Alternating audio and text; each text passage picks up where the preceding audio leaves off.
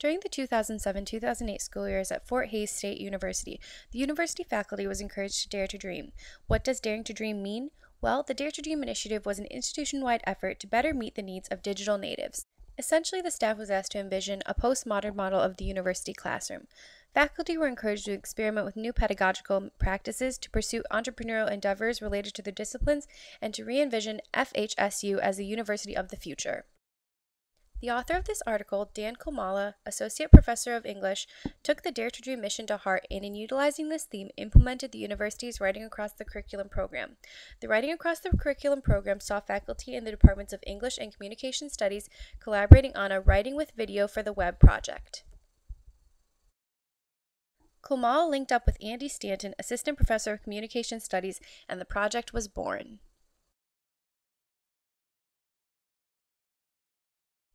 The problem that was addressed by this blended learning project implementation was that students today are changing.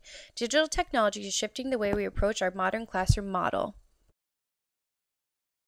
The Net generation, students born between 1977 and 1997, are forcing a change in the model of teaching. Previously, the teacher-focused approach that was based on instruction would suffice. However, Fort Hays University understood that their students craved a student-focused model based on collaboration.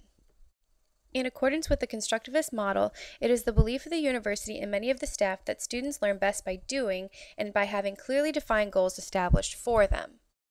Students gain meaning through engaging learning, interacting socially, and constructing knowledge. They can no longer be passive participants in their educational journey. We must engage them creatively.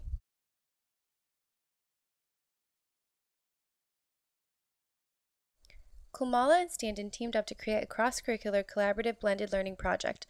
On the English department side, Komala created a Writing Across Curriculum project in which students would combine language arts, writing, and video media studies. The authors felt that the integration of digital technology in writing was a natural fit as it engaged students in real-life, authentic communication. One of the primary goals of the Writing Across Curriculum program was to use writing as a tool for learning rather than merely adding writing assignments to courses. The particular classes involved were the English Composition 2 classes and the Multimedia Production classes. Since this was a blended learning project, there was a collaborative website hosted through ning.com where groups would discuss and plan projects. Additionally, after the final projects were submitted, they were all showcased on a website created using Apple's iWeb application and hosted on the FHSU web server.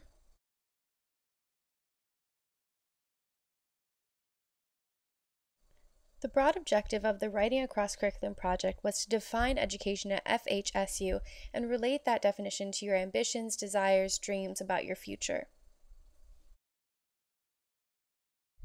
The objective of the English class students were as follows.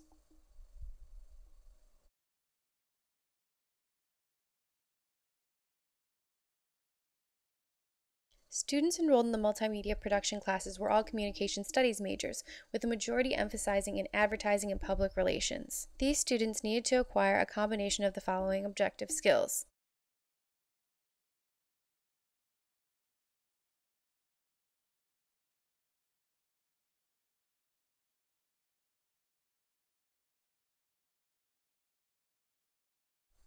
The authors felt that the distinct advantage of using blended learning was that students were able to connect the content and practices of the class to the relevant context in the real world because they were operating within both worlds.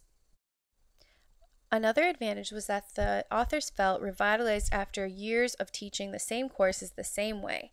They felt that they now had a new view of their profession. They had to move outside of their comfort zones and become much more familiar with digital learning in order to understand how to relate to their digital native students. Komala said that he was challenged to, quote, unframe himself of the old models and do something that he had always avoided, which was embrace technology. The collaboration proved to be fruitful on both sides of the team. By working collaboratively with the English students, the media students experienced establishing work relationships with students they had never met before, as well as working with students from different cultures.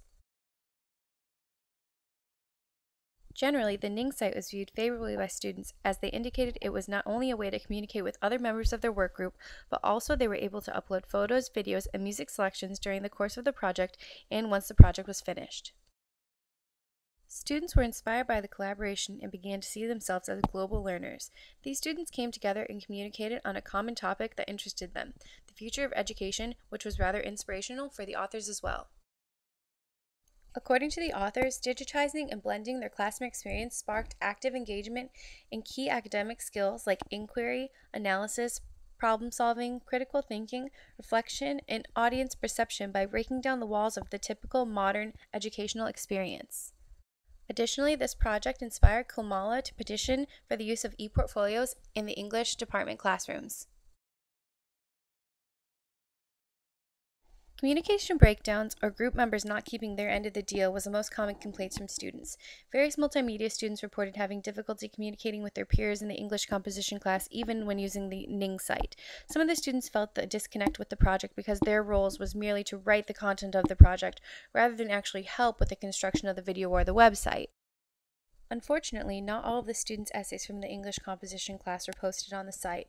In the future, the authors have decided that they will be certain to include all of the essays so that viewers would be able to follow progress from page to multimedia stage. The essays allowed for the expression of student ideas but did not effectively communicate the framework or direction for putting together a kind of script for a multimedia design for their definition of education. This led to communication breakdowns between multimedia students and English students.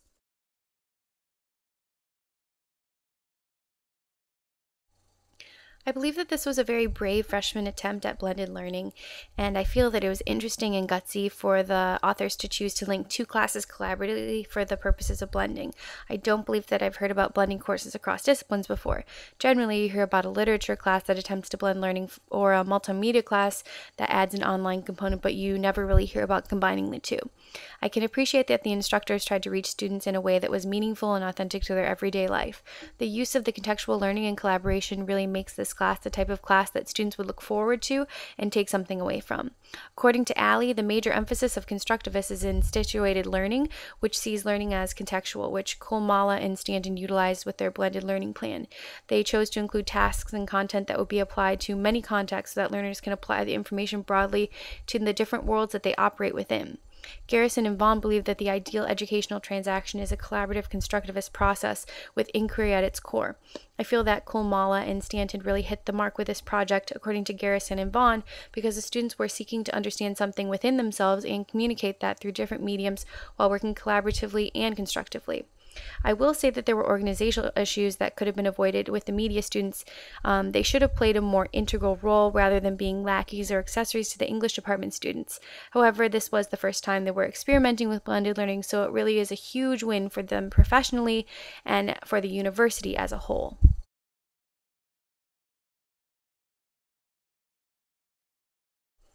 In reading this article and understanding how the author had to, quote, unframe his preconceived notions of the classroom, I was a bit dumbfounded at first when he was trying to boost engagement, group work, and collaboration, because didn't these things already exist in his classroom from the start?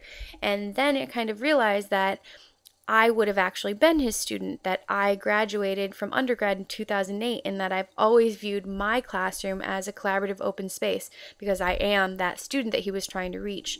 And it's hard for me to unframe myself and step outside of my own ideas of what the ideal classroom looks like.